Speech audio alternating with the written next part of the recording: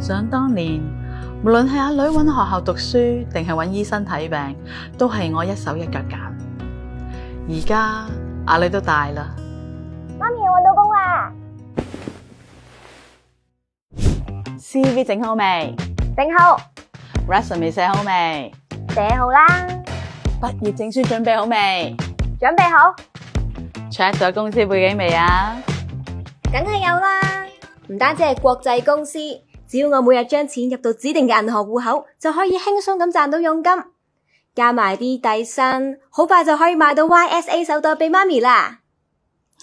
阿女，呢個睇落咧就好似好正，但佢要你入錢先，跟住就先俾佣金你啊，多數係呃人噶。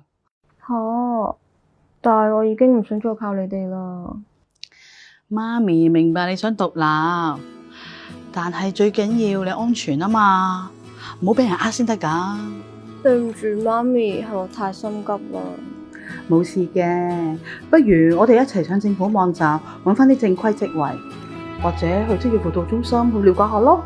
好啊，多謝媽咪。我呢？呢個都幾好。